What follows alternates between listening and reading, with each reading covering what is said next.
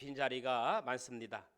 반대로 시골 교회들은 오랜만에 고향에 내려와서 가족들이 함께 예배드려 그 어느 때보다 행복한 예배를 드린다고 합니다. 오늘은 이렇게 스스로 인사합시다. 하나님께 예배함이 가장 큰 축복입니다. 아멘. 옆 사람과 인사하라고 했더니 빈자리가 많이 있어서 스스로에게 축복하면 좋을 것 같아요. 다시 한번 하나님께 예배함이 가장 큰 축복입니다. 그렇습니다. 오늘은 우리 민족 최대 명절인 설날이면서 거룩한 주일입니다. 설날 제일 먼저 교회로 발걸음을 옮긴 여러분을 진심으로 축복합니다. 작년, 재작년엔 코로나로 인하여 가고 싶은 고향도 일가 친척도 만나지 못하는 쓸쓸한 명절을 보내야 했는데, 그래도 감사한 것은 금년 명절은 가고 싶은 곳 갈 수 있고 만나고 싶은 사람들 만날 수 있는 명절이라는 것만으로도 행복합니다. 물론 경기는 예년과 같지 않아서 다니던 회사가 부도나기도 하고 또 보너스가 작아지기도 하고 개중에는 월급도 제대로 받지 못하는 그런 회사도 있어서 전과 같이 선물 보따리들은 크진 않아도 그래도 고향을 찾아가는 마음은 그 어느 때보다 기쁘고 즐거운 줄로 압니다. 명절이 즐거운 이유가 무엇입니까? 달력이 빨간 글씨로 되어 있는 쉬는 날이기 때문이 아니라 명절은 만남이 있기 때문입니다. 아멘. 그동안 만나지 못했던 가족을 만나고 그리운 형제, 친척, 친구를 만납니다. 이웃 어른들을 만납니다. 이 만남은 무엇으로 이루어집니까? 만남은 잔치로 이루어집니다. 가족 식구들이 음식을 만듭니다. 함께 먹고 함께 웃고 함께 이야기꽃을 피웁니다. 그래서 아름다운 옛날 추억이 되살아나고 또 장밋빛 미래로 흥겨워집니다. 한마디로 설 명절은 하모니가 이루어지는 거예요. 명절에 하모니가 있기에 가는 길이 고생스럽고 힘들어도 고향으로 내려갑니다. 명절의 하모니로 말미암아 따뜻한 정이 넘칩니다. 자녀는 부모께 선물하고 부모님은 자녀들에게 있는 것 없는 것 모두 쌓아 보내기도 합니다. 금번 설 명절에도 그런 가장 멋진 하모니가 넘쳐나기를 소망합니다. 설 명절을 맞아 누구와 하모니를 이루어야 할까 생각하다가 오늘 본문 고린도후서 5장 18절 20절 말씀을 생각해 보았습니다. 오늘 본문을 함께 읽었는데 가장 많이 나오는 단어가 뭡니까? 가장 많이 나오는 단어가 뭡니까? 화목이라고 하는 단어입니다. 18절에 보니까 2번, 19절에도 2번, 20절에도 한 번, 이렇게 짤막한 18절, 19절, 20절 속에 화목이라고 하는 단어가 5번이나 나옵니다. 고린도후서 5장에는 무엇보다도 하나님께서 우리에게 하나님과 화목하라고 말합니다. 누구와 화목? 하나님과 화목. 그리고 우리에게 하나님과 화목하게 하는 무엇을 주셨다고 했습니까? 직분을 주셨다고 말합니다. 그리고 하나님과 화목하면 무엇이 임한다? 복이 임한다고 말합니다. 오늘 본문 고린도후서 5장 18절에 보니까 모든 것이 누구로부터? 하나님께로부터 났으며 그가 그리스도로 말미암아 우리를 자기와 화목하게 하시고 또 우리에게 화목하게 하는 직분을 주셨으니. 아멘. 욥기 22장 21절에도 너는 하나님과 화목하고 평안하라 그리하면 복이 내게 임하리라 말씀하고 있습니다. 그러므로 금년 설에는 하나님과 화목하고 평안하여 여러분의 가정에 복이 임하기를 소망합니다.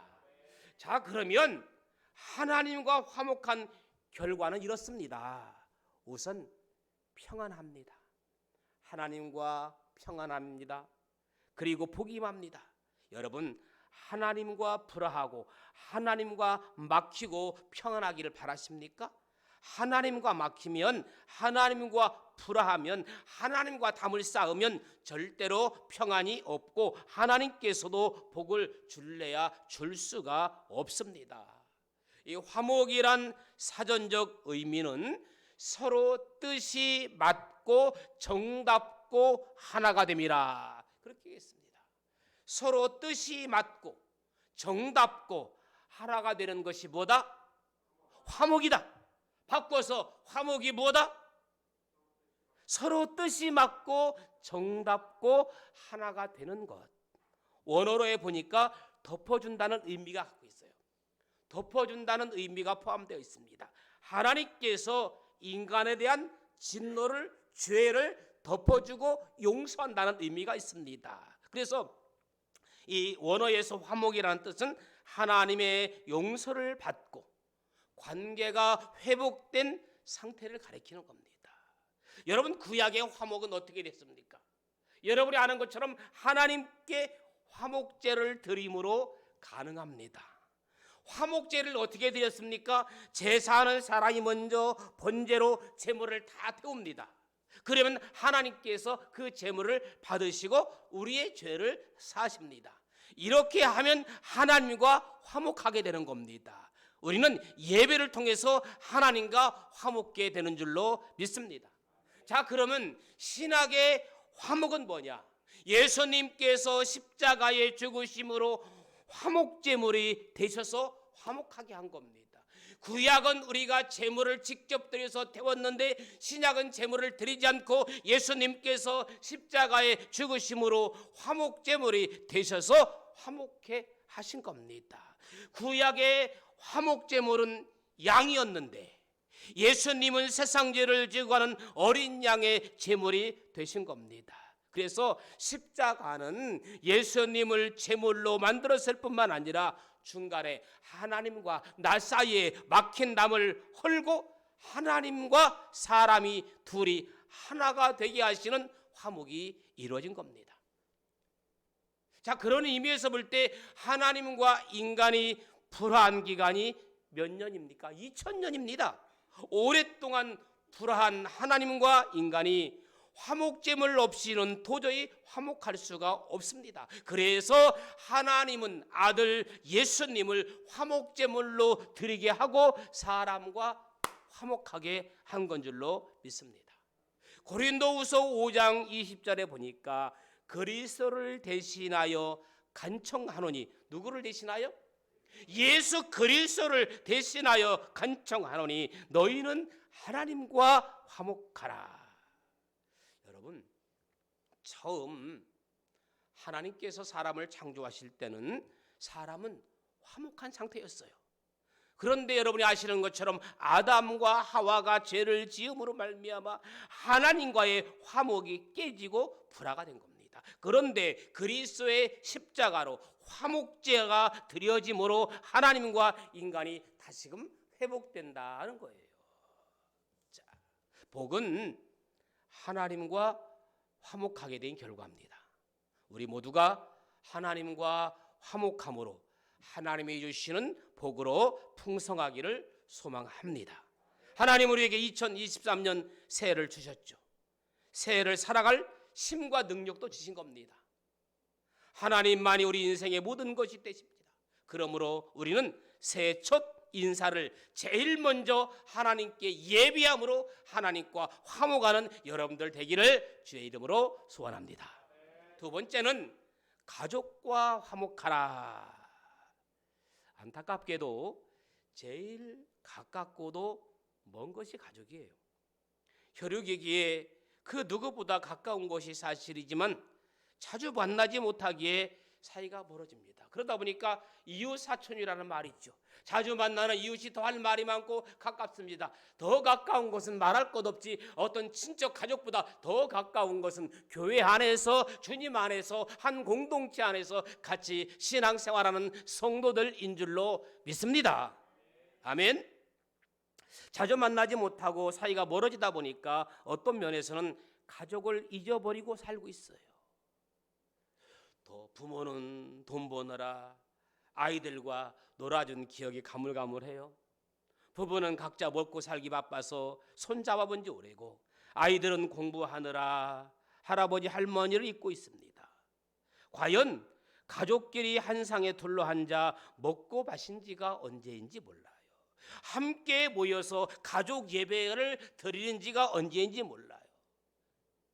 서로의 이야기에 귀 기울이면서 웃어본 적이 언제인지 모릅니다. 설 명절은 가만히 보면 노는 날은 아닌 것 같아요. 찾아가는 날이에요. TV 보면서 빈둥빈둥 노는 날도 아닙니다. 그렇다고 해서 설 명절은 여자분들만 음식하는 날도 아닙니다. 그렇다고 뭐 화투를 치거나 그런 것도 아니에요. 설 명절은 무엇하는 날이냐? 가족이 화목하게 하모니를 이루는 날인 줄로 믿습니다. 그래서 설 명절 기간만이라도 가족 모두 한 상에 둘러서 함께 먹고 마시며 대화를 나누는, 기도하는 그러한, 그래서 돈 버느라 수고한 남편을 인정해주고 아버지를 인정해주고 또 살림살이한 아내를, 어머니를 인정해주고 공부하느라 지친 자녀들을 힘껏 안아주며 격려하며 우리 모두 가족과 하모니를 이룰 때에 어떠한 경제의 위기도 넉넉히 이길 수 있습니다. 그러므로 설 명절을 통해 가족과의 화목이 이루어지기를 축복합니다. 만났다 뒤돌았을 때 언짢게 인상 쓰고 싸우고 돌아오면 안 됩니다. 모두가 축복 속에서, 아쉬움 속에서 이렇게 서로가 격려하며 돌아오는 것이 가장 아름다운 가족 간의 화목인 줄로 믿습니다. 세 번째는 조상과 이웃과 화목해야 됩니다. 조상과 화목하라. 이렇게 말하면 제일 먼저 생각나는 것이 뭐냐면, 그러면 뭐 조상께 제사를 드려도 되는 거 아니냐, 우리는 제사 드리는 것이 조상과 화목인 줄로 착각하고 있습니다. 제사 지내고 제사 음식 먹어도 되는 거 아니냐, 이런 생각을 할 수도 있습니다. 그런데 여러분, 바울은 고린도 교회 교인들을 향하여 분명히 우상 숭배하지 말라고 강조하고 있습니다. 우상 숭배 행위 가운데 하나가 제사 문제, 제사 음식 문제입니다. 그런데 여러분, 성경을 보면 특히 고린도전서는 제사에 대한 그러한 내용이 많이 나옵니다. 고린도전서 10장 25절에 보면 우리 한번 찾아보십시다. 고린도전서 10장 25절 한번 찾아보십시다. 고린도전서 10장 25절, 자, 찾았으면 함께 읽습니다. 시작. 무릇 시장에서 파는 것은 양심을 위하여 묻지 말고 먹으라고 했습니다. 이것이 제단에 올렸던 것입니까? 라고 묻지 말고 먹으라는 겁니다. 만약에 그런데 그 사람이 음식에 대해서 제단에 올려진 것이라고 말을 하면 먹지 말라는 거예요. 왜? 의도성이 있기 때문입니다. 제물이라고 말을 했다면 신앙 양심과 그것을 말한 자를 위해서도 먹지 않음이 덕이 된다고 하는 겁니다. 왜냐하면 믿음이 약한 그리스도인들이 그것을 보면 믿음 있는 사람도 우상과 교류하고 괜찮다고 오해할 수 있습니다. 그러므로 믿음이 강한 자는 약한 자들을 위하여 그들의 자유를 절제할 필요가 있습니다. 우리가 무슨 일을 결정하든 가장 중요한 것은 그것이 하나님의 영광이 되느냐라는 겁니다. 31절에 그런즉 너희가 먹든지 마시든지 무엇을 하든지 다 하나님의 영광을 위하여 하라. 내가 먹는 것이 하나님께 영광이라면 먹어도 되는 겁니다. 우리가 세상 사는 목적이 뭡니까? 요리문답 1문에 보면 사람의 제일 된 목적, 하나님을 영화롭게 하고 그를 영원토록 즐겨하는 것이라고 했습니다. 하나님을 영화롭게 한다는 것은 영광을 돌린다는 의미입니다. 그래서 고린도전서 6장 19절 20절에 분명하게 기록되어 있습니다. 제가 읽어드립니다. 고린도전서 6장 19절 20절에 보면 너희 몸은 너희가 하나님께로부터 받은 바 너희 가운데 계신 성령의 전인 줄을 알지 못하느냐? 너희는 너희 자신이 것이 아니라 값으로 산 것이 되었으니 그런즉 너희 몸으로 하나님께 영광을 돌리라. 우리는 무슨 일을 하든지 하나님께 영광을 돌리는 기회로 삼아야 됩니다. 내가 이 일을 하면 하나님이 기뻐하실 거야. 내가 이 일을 하면 사람들에게 하나님의 영광을 나타난 걸 거야. 내가 이 일을 하면 사람들에게 하나님의 영광을 가리는 것이 아닌지 분별하는 겁니다. 명절을 지키든 생일을 지키든 결혼식을 올리든 모든 것이 하나님께 영광이 돼야 됩니다. 심지어 먹는 것까지도 마찬가지입니다. 우리도 명절이 되면 이런 문제가 돼도 됩니다. 집안 모두가 하나님을 경외하는 신앙이면 문제가 되지 않지만 신앙이 각기 다르면 기독교 신앙이 아닌 사람들은 대부분 제사를 지냅니다. 그러면 음식을 만들 때부터 갈등이 빚습니다. 특히 초대교회 고린도 교회에서는 우상에게 올렸던 제물을 먹어야 되느냐 말아야 되느냐를 놓고 갑론을박을 있었습니다. 그런데 바울의 대답을 보면 명쾌하지는 않아요. 분명히 바울은 고린도전서 10장 27절 28절에 이렇게 말합니다. 고린도전서 10장 27절 28절 같이 한번 찾아보면 좋을 것 같습니다. 고린도전서 10장 27절 28절. 이제 못 찾은 분은 듣기만 하면 되겠어요. 제가 계속 기다릴 수 없으니까. 고린도전서 10장 27절 28절에 보면 불신자 중 누가 너희를 청할 때에 너희가 가고자 하거든 너희 앞에 차려놓은 것은 무엇이든지 양심을 위하여 묻지 말고 먹으라. 누가 너희에게 이것이 제물이라 말하거든 알게 한 자와 그 양심을 위하여 먹지 말라. 한번 같이 27절 28절 읽읍시다. 시작. 불신자 중 누가 너희를 청할 때에 너희가 가고자 하거든 너희 앞에 차려놓은 것은 무엇이든지 양심을 위하여 묻지 말고 먹으라. 누가 너희에게 이것이 제물이라 말하거든 알게 한 자와 그 양심을 위하여 먹지 말라. 모르고 먹는 건 괜찮다는 이야기죠. 차려놓은 음식은 어떤 것이냐 묻지 말고 먹으라고 했습니다. 그런데 불신자가 이것이 제물입니다 라고 말하거든 먹지 말라고 했습니다. 이렇게 이것이 제물입니다라고 먹으라고 하는 것은 뭡니까? 우리의 믿음을 또 보는 거예요. 우리의 믿음을 시험해 보는 거예요. 하지만 아무런 말도 없이 차려놓고 먹으라고 하면 묻지 말고 먹으라 이렇게 얘기하고 있어요. 왜냐하면 음식도 감사함으로 먹으면 버릴 것이 없기 때문입니다. 성경은 그 어디에도 조상을 잊고 살라고 말씀하는 곳은 없습니다. 나무의 생명은 뿌리에 있습니다. 뿌리가 든든히 버티고 있기에 나무가 자라고 열매를 맺는 겁니다. 우리의 조상은 마치 우리의 뿌리입니다. 나무가 열매를 맺고 생명을 유지하기 위해서는 뿌리가 있어야 합니다. 조상은 우리의 뿌리입니다. 우리는 조상을 기억함으로 조상과 하모니를 이루어야 합니다. 뿌리를 기억하는 것은 나를 바로 세워가는 겁니다. 그래서 옛날에는 무엇을 중요시 여겼느냐? 족보를 중요시 여겼습니다. 무지무지 중요시 여겼습니다. 하나님은 우리가 조상의 역사를 기억하기를 원합니다. 성경 신명기 32장 7절에 보니까 옛날을 기억하라. 역대의 연대를 생각하라. 내 아비에게 물으라. 그가 내게 설명할 것이요 내 어른들에게 물으라. 그들이 내게 말하리로다 라고 말했습니다. 우리의 자녀들이 과연 조부모의 조남을 알고 쓸 수 있는지 모르겠습니다.